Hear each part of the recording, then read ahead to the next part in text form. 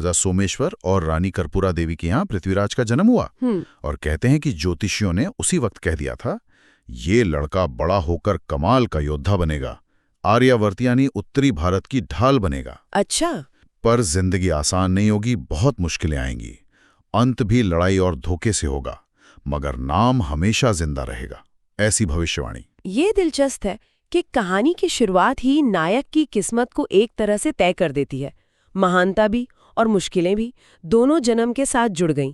ये तरीका अक्सर पुरानी वीर गाथाओं में इस्तेमाल होता है। ये सुनने वाले को पहले ही बता देता है कि ये कोई आम जिंदगी की कहानी नहीं होने वाली, इसमें उतार चढ़ाव होंगे, ड्रामा होगा। हाँ बिल्कुल, और बहादुरी के रंग तो बचपन में ही दिखने लगे थे, ऐसा ये कहानी बताती है। अच्छा, बचपन में ही? हाँ, जहाँ दूसरे बच्चे खिलौनों से खेलते थे, पृथ्वीराज को तीर कमान और वो लकड़ी की तलवारें पसंद थी। एक मशहूर किस्सा सुनाया जाता है कि जब वो सिर्फ 12 साल के थे तो अजमेर के पास एक जंगल में शेर का बड़ा आतंक था।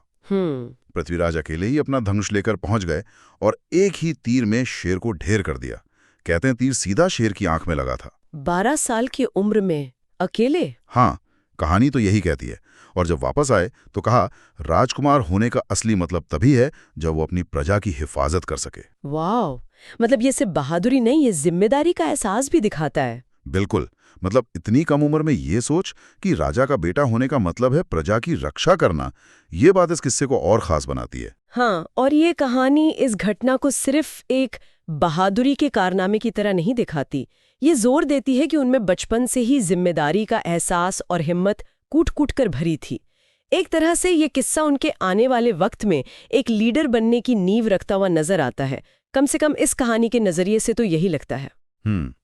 फिर वक्त आगे बढ़ा और 1177 ईस्वी में जब उनके पिता राजा सोमेश्वर गुजर गए तो कहानी के मुताबिक सिर्फ 13 साल की उम्र में पृथ्वीराज अजमेर और दिल्ली की गद्दी पर बैठे। 13 साल की उम्र, ये तो बहुत ही कम उम्र है इतनी बड़ी जिम्मेदारी के लिए। जाहिर है, दरबार में कुछ लोगों को शक था कि 13 साल का लड़का राज कैसे संभालेगा। ये अपने आप में एक बहुत बड़ी चुनौती रही होगी। हाँ, लेकिन कहते हैं कि उनके एक बहुत करीबी दोस्त और राजकवि थे चंद्रबरदाई। चंद्रबरदाई, हाँ, उनका जिक्र आता है। उन्होंने दरबार में सबका हौसला बढ़ाया और पृथ्वीराज को भविष्य का सूरज कहा। उनके साथ ने शायद शुरू में पृथ्वीराज की स्थिति मजबूत करने में मदद की होगी। चंद्रबरदाई का जिक्र इस कहानी में बार बार आता है और उनका किरदार सिर्फ एक कवि का नहीं बल्कि एक सलाहकार, एक दोस्त और एक कह सकते हैं भविष्यवक्ता जैसा लगता है। उनका समर्थन उस वक्त जरूर मायने रखता होगा, जैसा ये कहानी बताती है। बिल्कुल। अब कहानी में एंट्री होती है रोमांस की, संयोगिता। अच्छा, हाँ, संयोगिता का किस्सा। ये कन्नौज के राजा जयचंद की बेटी थी। कहानी ये कहती है कि संयोगिता ने सिर्फ पृथ्वीराज की बहादुरी के किस्से सुने थे, उन्हें देखा नहीं था, लेकिन मन ही मन उन्हें अपना वर मान बैठी थी। मतलब वीरता पर मोहित हो गई थी। हाँ, अक्सर चुपके चुपके उनकी तस्वीर देखती और सोचती थी कि शादी हो तो इन्हीं से हो। लेकिन जब ये बात उनके पिता राजा जयचंद को पता चली तो वो बहुत नाराज हुए। पृथ्वीराज और जयचंद में पहले से ही थोड़ी अनबन थी, राजनीतिक खींचतान कह सकते हैं। हाँ, वो दौर ही ऐसा था, राजाओं में आपस में बनती बिगड़ती रहती थी। तो ये बात सुनकर उनका गुस्सा और बढ़ गया। उन्होंने ठान लिया कि बेटी की शादी पृथ्वीराज से तो हरगिज नहीं करेंगे। उन्होंने संयोगिता का स्वयंवर रचाया, मतलब एक ऐसी रस्म जहां राजकुमारी दरबार में आए सभी राजाओं और राजकुमारों में से खुद अपना पति चुनती है। स्वयंवर, हाँ, ये उस जमाने की प्रथा थी। जयचंद में दूर दूर से राजाओं को बुलाया, लेकिन पृथ्वीराज को न्योता ही नहीं भेजा। जानबूझकर नहीं भेजा होगा। बिल्कुल, और बात यहीं खत्म नहीं हुई। पृथ्वीराज का अपमान करने के लिए जयचंद ने उनकी एक मूर्ति बनवाई। मूर्ति? हाँ, मूर्ति, और उसे स्वयंवर वाली जगह के दरवाजे पर खड़ा करवा दिया, जैसे कोई दरबान हो। ओह, ये तो बहुत बड़ा अपमान था। ये सिर्फ अपमान नहीं था, ये उस वक्त की ताकत की नुमाइश भी थी। जयचंद शायद ये दिखाना चाहते थे कि पृथ्वीराज उनकी नजर में कितने नीचे हैं।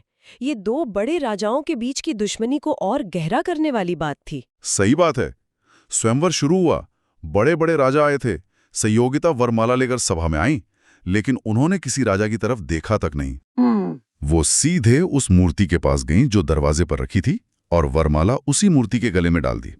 पूरा दरबार सन्न रह गया। ये तो बहुत ही नाटकीय मोड़ था, मतलब पिता के खिलाफ पूरे समाज के सामने एक तरह का विद्रोह। हाँ, और ठीक उसी पल कहानी के अनुसार पृथ्वीराज चौहान अपनी कुछ खास टुकड़ियों के साथ वहां आ धमके। अच्छा, वो पहुंच गए वहां? हाँ, उन्होंने ऐलान किया कि संयोगिता ने उन्हें चुन लिया है, इसलिए वो अब उनकी पत्नी है। फिर वहां मौजूद जयचंद के सैनिकों से लड़ाई हुई। लड़ाई भी हुई? हाँ, लड़ाई हुई और पृथ्वीराज संयोगिता को लेकर दिल्ली आ गए, जहां धूमधाम से उनका विवाह हुआ।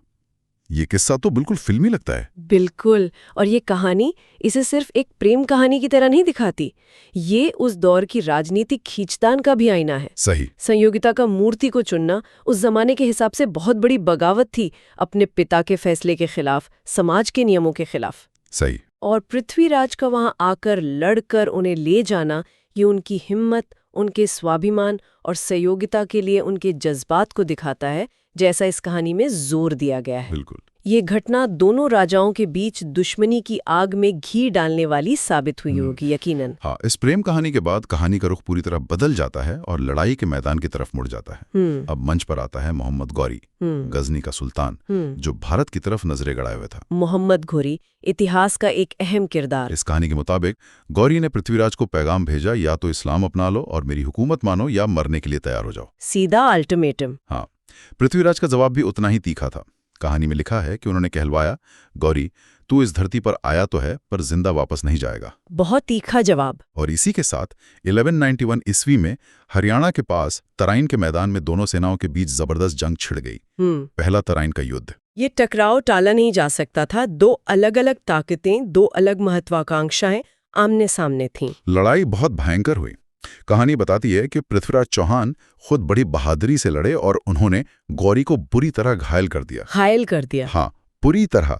गौरी की सेना भाग खड़ी हुई और गौरी को बंदी बना लिया गया। बंदी बना लिया? ये तो बहुत बड़ी जीत थी। बिल्कुल। पृथ्वीराज के दरबारियों ने सलाह दी कि दुश्मन को खत्म कर देना ही समझदारी है, दोबारा मौका नहीं देना चाहिए। सही सलाह थी रणनीतिक तौर पर तो। लेकिन पृथ्वीराज ने उसे जिंदा छोड़ दिया, क्षत्रिय धर्म का पालन करते हुए। मतलब एक योद्धा के उन उसूलों का जिनमें हारे हुए, निहत्थे या शरण में आए दुश्मन पर वार न करना ऊंचा आदर्श माना जाता है। वो क्षत्रिय धर्म के आदर्श। कहते हैं उस वक्त चंदबरदाई ने उन्हें चेताया भी था, महाराज दुश्मन पर यह दया महंगी पड़ेगी। लेकिन पृथ्वीराज ने उनकी बात नहीं मानी। यहाँ कहानी एक बहुत अहम मोड़ पर आती है। ये ऊंचे आदर्शों और जमीनी हकीकत के बीच के तनाव को दिखाती है। क्षत्रिय धर्म का पालन करना एक बात है, लेकिन क्या एक ऐसे दुश्मन को छोड़ देना जो दोबारा हमला कर सकता है, राजनीतिक और सैनिक लिहाज से सही फैसला था? ये कहानी इस सवाल को उठाती है। हाँ, ये सोचने वाली बात है। पृथ्वीराज का ये फैसला उनकी दयालुता दिखाता है, लेकिन साथ ही आने वाले खतरे का बीज भी बो देता है। कहानी के अनुसार चंबरदाई की चिंता सही निकली। कहानी के अनुसार गौरी अपनी हार और अपमान से तिलमिलाया हुआ गजनी लौटा। जाहिर है अपमान का बदला लेने की सोची होगी। उसके मन में बदला लेने की आग जल रही थी। उसने पहले से भी बड़ी और ताकतवर फौज तैयार करनी शुरू कर दी। और इस कहानी में एक और अहम बात बताई गई है कि इस बार कन्नौज के राजा जयचंद ने अंदर ही अंदर गौरी की मदद की। जयचंद ने? ओ हाँ, वो पृथ्वीराज से अपनी पुरानी दुश्मनी और संयोगिता वाले अपमान का बदला लेना चाहता था, ऐसा ये कहानी कहती है। अगर ये बात सच है, जैसा कहानी दावा करती है, तो ये दिखाता है कि कैसे आपसी फूट बाहरी दुश्मन को और ज्यादा ताकतवर बना देती है। सही कहा। जयचंद का ये कथित विश्वासघात कहानी में एक अहम मोड़ है, जो पृथ्वीराज की हार के कारणों में से एक गिना जाता है। तो ठीक 1 साल बाद 1192 ईस्वी में तराइन का मैदान फिर से जंग का मैदान बना। दूसरा तराइन युद्ध। 1 साल के अंदर ही? हाँ, इस बार गौरी ज्यादा तैयारी और एक नई चाल के साथ आया था। कहानी बताती है कि गौरी ने इस बार सीधे टक्कर लेने के बजाय धोखे का सहारा लिया। धोखे का? हाँ। कैसे? उसने अपनी सेना की छोटी छोटी टुकड़ियों को बार बार हमला करने भेजा। पृथ्वीराज की सेना उनसे लड़ती रही और धीरे धीरे थकने लगी।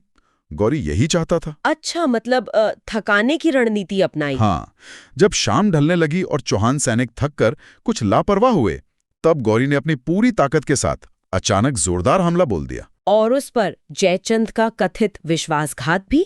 हाँ, ऊपर से जयचंद के विश्वासघात की बात भी कही जाती है, जिसने राजपूत सेना की हिम्मत तोड़ी होगी। नतीजा ये हुआ कि इस बार पासा पलट गया। जंग तो इस बार भी भयानक हुई। पृथ्वीराज और उनके सैनिक बहुत बहादुरी से लड़े, लेकिन आखिरकार चौहान सेना हार गई। हार गए? हाँ, पृथ्वीराज चौहान को पकड़ लिया गया। दिल्ली और अजमेर पर तुर्कों का कब्जा हो गया। दूसरी तराइन की लड़ाई का नतीजा हिंदुस्तान के इतिहास के लिए बहुत अहम साबित हुआ और ये कहानी उस हार के पीछे कई वजह बताती है। गौरी की बेहतर तैयारी और उसकी चालें, राजपूत सेना का थक जाना और सबसे बढ़कर जयचंद का कथित धोखा, ये सब मिलकर हार का कारण बने। ये कहानी ये भी दिखाती है कि पहले युद्ध में दिखाई गई दयालुता का नतीजा कितना भयानक हो सकता है, खासकर तब जब दुश्मन बदला लेने पर उतारू हो। सही। ये सिर्फ तलवारों की लड़ाई नहीं थी, ये रणनीति, धोखेबाजी और आपसी फूट की भी कहानी है। इस स्रोत के मुताबिक पकड़े जाने के बाद का वक्त पृथ्वीराज के लिए बहुत मुश्किलों भरा था, ऐसा कहानी में जिक्र है। हाँ, जाहिर है। उन्हें गौरी के दरबार में ले जाया गया, जहां उनका बहुत अपमान किया गया, और फिर एक बेहद क्रूर घटना का जिक्र है कि गौरी के हुक्म पर पृथ्वीराज की आंखें फोड़ दी गईं। ओह, आंखें फोड़ दी गई। हाँ, उन्हें अंधा कर दिया गया। ये सुनकर ही रोंगटे खड़े हो जाते हैं। एक महान योद्धा जो अपनी बहादुरी के लिए जाना जाता था, उसके साथ ऐसा सुलूक, ये कहानी के इस हिस्से को बहुत दर्दनाक बना देता है। लेकिन अंधा होने के बाद भी कहानी के मुताबिक उनका हौसला नहीं टूटा। हाँ, यहीं से कहानी अपने सबसे मशहूर और नाटकीय मोड़ पर पहुंचती है, शब्दभेदी बाण का किस्सा। शब्दभेदी बाण, हाँ, ये तो बहुत सुना है। कहानी कहती है कि पृथ्वीराज के दोस्त कवि चंद बरदाई उनसे मिलने कैद खाने पहुंचे। दोनों ने मिलकर एक आखिरी योजना बनाई। चंद बरदाई भी कैद में थे या मिलने गए थे? कहानी में मिलने जाने का जिक्र है। चंद बरदाई गौरी के पास गए और कहा, सुल्तान, आपको शायद पता नहीं, लेकिन हमारे महाराज पृथ्वीराज अंधे होने के बावजूद सिर्फ आवाज सुनकर अचूक निशाना लगा सकते हैं। अच्छा, ये उनकी खास कला है, शब्दभेदी बाण चलाना। गौरी को यकीन हुआ होगा। गौरी को बड़ा ताज्जुब हुआ और शायद थोड़ा शक भी। उसने कहा, अच्छा, तो हम भी देखना चाहेंगे ये कमाल। उसने एक महफिल सजाई। पृथ्वीराज को दरबार में लाया गया, उनके हाथ में धनुष बाण थमाया गया। गौरी ऊंची जगह पर शायद किसी झरोखे में बैठ गया। तब चंद बरदाई ने ऊंची आवाज में एक दोहा पढ़ा। ये दोहा असल में पृथ्वीराज के लिए एक इशारा था, गौरी कहाँ और कितनी दूरी पर बैठा है। 4 बांस 24 गज अंगुलष्ट प्रमाण। 4 बांस 24 गज। ताऊ पर सुल्तान है, मत चूको चौहान। यानी दूरी और दिशा बता दी। 4 बांस फिर 24 गज, लगभग 72 फीट, और उसके ऊपर 8 उंगली जितनी ऊंचाई पर सुल्तान बैठा है। हे चौहान, निशाना चूकना मत। ये दोहा अपने आप में कमाल का है, कोड लैंग्वेज का एक बेहतरीन उदाहरण। चंद बरदाई ने कविता की आड़ में निशाना साधने के लिए जरूरी सारी जानकारी दे दी। बिल्कुल। पृथ्वीराज ने दोहे को सुना, आवाज की दिशा को समझा और अंदाजा लगाया कि गौरी कहाँ बैठा होगा। उन्होंने धनुष पर तीर चढ़ाया, कमान खींची और आवाज की दिशा में तीर छोड़ दिया। कहानी कहती है कि तीर सीधा जाकर गौरी के गले में लगा और वो वहीं ढेर हो गया। सच में गौरी मारा गया? हाँ, कहानी के अनुसार वो वहीं ढेर हो गया। जैसे ही गौरी गिरा, दरबार में हड़कंप मच गया। गौरी के सैनिक पृथ्वीराज और चंद्रबरदाई की तरफ दौड़े। फिर क्या हुआ? लेकिन दुश्मनों के हाथों मरने की बजाय उन दोनों दोस्तों ने एक दूसरे को कटार मारकर अपना जीवन समाप्त कर लिया। ओ, दोनों ने? हाँ, उन्होंने आजादी में नहीं सही पर मौत में एक साथ रहने का फैसला किया, ऐसा कहानी में बताया गया है। ये घटना चाहे ऐतिहासिक रूप से पूरी तरह सच हो या लोक कथा का हिस्सा, कहानी के नजरिए से देखें तो ये क्लाइमैक्स है। ये अपमान का बदला है। ये चंद बरदाई की अपनी जान की परवाह किए बिना अपने दोस्त और राजा के प्रति वफादारी का सबूत है। हाँ, अद्भुत वफादारी। अंधा होने के बावजूद दुश्मन को मार गिराना, ये बात उन्हें एक साधारण योद्धा से कहीं ऊपर एक लेजेंड बना देती है। सही कहा। ये दिखाती है कि जिस्मानी तौर पर कमजोर होने के बाद भी इरादे कितने मजबूत हो सकते हैं। तो इस तरह ये कहानी बताती है कि पृथ्वीराज चौहान लड़ाई भले हार गए, शायद धोखे और आपसी फूट की वजह से, लेकिन उनकी बहादुरी, संयोगिता के लिए उनका प्यार, ऊंचे आदर्शों पर टिके रहना और आखिर में लिया गया बदला और बलिदान, इन सब ने मिलकर उनकी कहानी को वक्त के पार पहुंचा दिया। जैसा कि स्रोत का शीर्षक ही कहता है, भारत का अंतिम क्षत्रिय सूर्य, राजस्थान के लोकगीतों और लोगों की यादों में वो आज भी इसी तरह जिंदा है। हाँ, ये पूरी कहानी जैसा कि स्रोत में बताई गई है, हमें कई बातें सोचने पर मजबूर करती है। ये सवाल उठाती है कि निजी बहादुरी और राज चलाने की व्यावहारिकता में तालमेल बिठाना कितना मुश्किल हो सकता है। बिल्कुल, ये दिखाती है कि ऊंचे नैतिक आदर्श कब भारी पड़ सकते हैं। सही। और ये अंदरूनी दुश्मनी और धोखे के भयानक नतीजों को उजागर करती है।